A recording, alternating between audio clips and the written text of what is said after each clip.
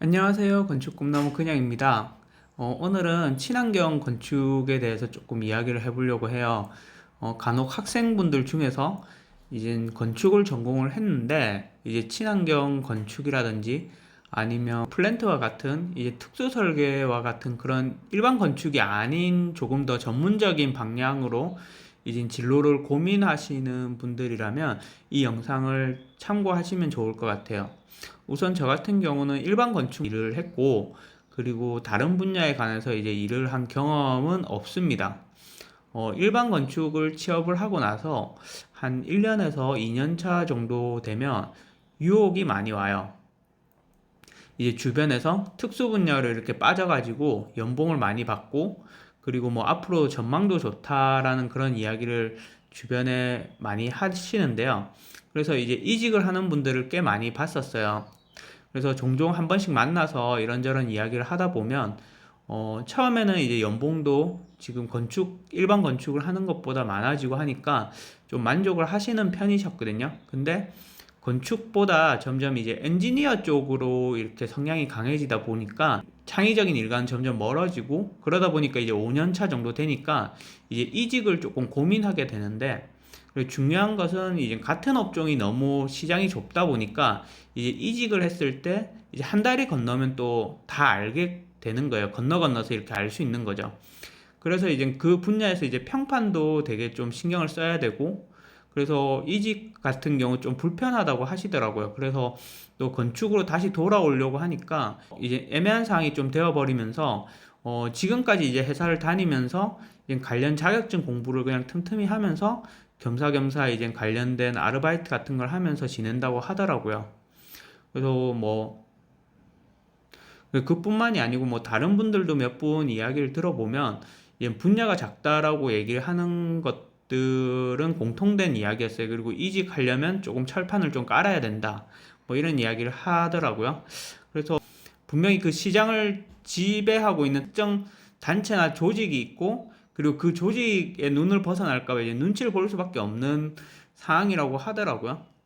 그래서 뭐 이런 것들을 궁금해 하시는 분들이 이제 학생분들이 주로 많으신데, 그래서 좀 장래에 관해서 고민을 할 때는 금전적인 것들을 제외하고서 이제 우선 직장이 가지고 싶은 것인지 아니면 직업을 가지고 싶은 것인지에 대한 고민을 먼저 하는 게 저는 필요하다고 생각을 해요.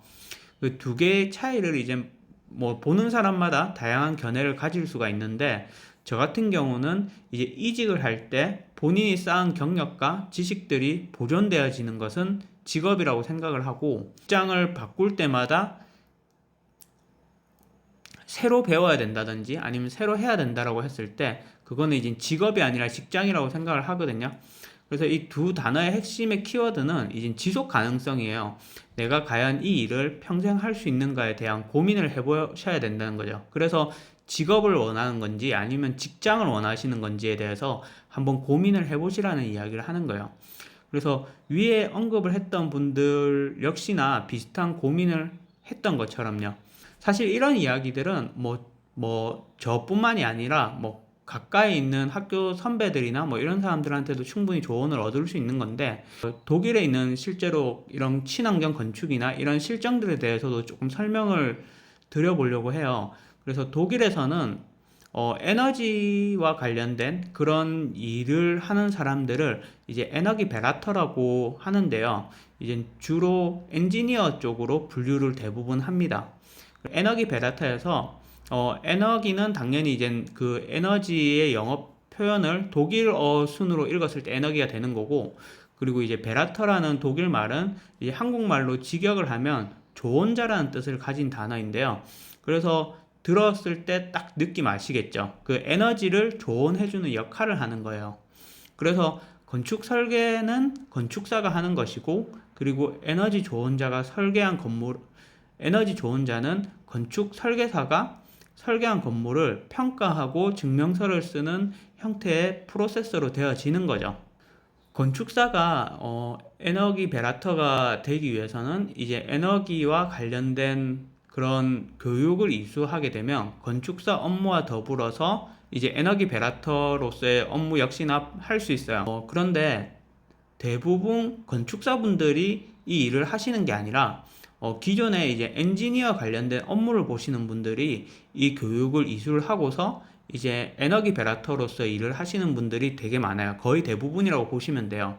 독일의 건축사분들이 이 일을 왜 하지 않냐고 생각을 하냐면 건축 설계 일이 이제 부가가치가 더 높은 일이기도 하고, 그래서 같은 시간 대비 훨씬 더 큰 수익을 만들 수 있어요. 그리고 에너지 베라터가 하는 역할들, 그런 업무들이 거의 다 단순 반복적인 일이기 때문에 건축사는 사실 창의적인 일을 많이 하잖아요. 그에 반면에 에너지 베라터로서 일은 거의 대부분 단순 반복적이고 창의적인 일과는 조금 거리가 멀기 때문에 사실 좀 상반되는 개념인 거죠. 그래서 이제 건축사보다는 이제 그 구조라든지 아니면 다른 엔지니어 쪽으로 일을 하시던 분들이 이제 그 에너지 베라터로서 그 자격을 갖춰서 그 업무를 보시는 경우가 되게 많아요.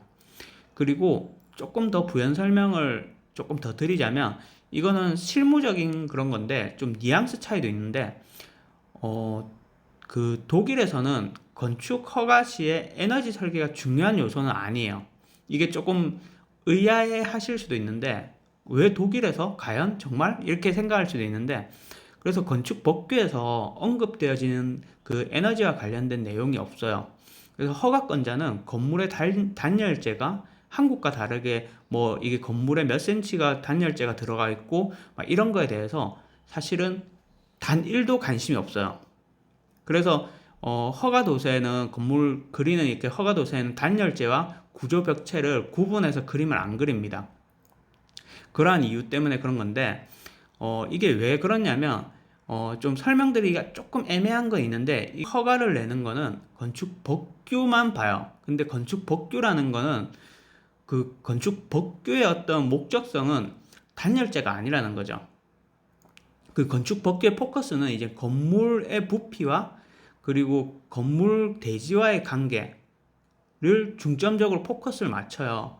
그래서 이런 외형적인 것들과 그리고 소방과 관련된 거, 그런 것처럼 조금 의무적인 것들이 그 건축 법규를 해석하는데 포커스예요. 근데 독일에서는 그게 포커스인데, 그래서 건물에 들어가는 재료나 테크닉 같은 것들은 사실 크게 중요한 관심사가 아니에요. 근데 우리가 뭐 친환경 건축이라든지 사실 친환경적인 건물 짓기 위한 가정들, 이런 가정들에서는 재료가 가지고 있는 어떤 그 성능이라든지 이런 것들이 되게 중요하거든요. 그래서 그런 것들을 법적으로 다 규정하지 않아요. 그래서 그런 것들은 전문가에 의해서 확인이 되는 그 시스템을 검증을 하는 거지. 그래서 건축 법규에서는 이런 것들을 세부적으로 관리하지 않는다는 거죠. 그래서 그 착공 전에 건설사가 각종 증명서를 제출할 때 이제 에너지 베라터로부터 받은 이 서류를 제출하는 형태로 갑니다. 그래서 어느 등급의 에너지로 이 건물이 설계되어졌는지에 대한 기록이 필요한 거니까. 그래서 정확하게 따지고 보면 건축사의 업무 영역보다는 시공이나 엔지니어적 성향이 확실히 가까운 거죠. 그렇다고 해서 제가 뭐 친환경 건축에 대해서 되게 부정적인 시각을 가지고 있는 건 아니에요. 저는 친환경 건축이 미래가 전망이 좋은 분야라고 관해서 진짜 정말로 그렇게 생각을 많이 하는데요. 그리고 또 시장 자체가 친환경 그런 건축과 관련해서 그쪽으로 방향성을 가지고 변해가야 된다고 분명히 생각을 해요. 그런데 이 시장이 이제 환경 친화적인 그런 건축으로 변화하기 위해서 친환경 건축을 공부한 전문가 집단에 의해서 전체 건축 시장이 변화되지는 않을 거예요. 그래서 이 시장이 변화하려면 이제 몇 명의 이제 친환경 건축 분야의 정통한 전문가 집단의 역할도 중요하겠지만, 전체 건축사의 건축 업무에 있어서 이제 제도적인 의무성이 어느 정도 있어야 되고, 그리고 사회 환경 친화적인 분위기 조성하는데 그런 것들이 사실 좀 중요하다는 거죠.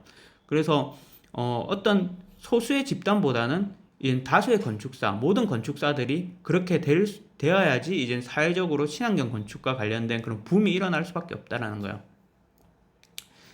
근데 이제 이런 질문들이나 이런 고민들, 앞으로의 전망에 대한 이제 미래를 결정해야 되는 학생분들 같은 경우는 저는 그런 걸 어떻게 대변을 해드릴 수는 없어요. 이 선택이 맞다, 저 선택이 맞다라고 얘기할 수 없지만, 제가, 선택을 하는데 도움을 드릴 수 있는 거는, 이제 본인이 원하는 게 아카데미적으로 친환경 건축을 전공해서 어떤 전문가 집단에 들어가서 그 시장의 방향성에서 항상 선두에 서서 어떤 엔지니어로서의 삶을 살고 싶은 것인지, 아니면 건축 설계 일을 하고 싶은데 친환경 건축에 관심이 많아서 이제 친환경 건축과 관련된 그런 설계를 하고 싶은 건지에 대해서 고민을 해보시면 될 것 같아요.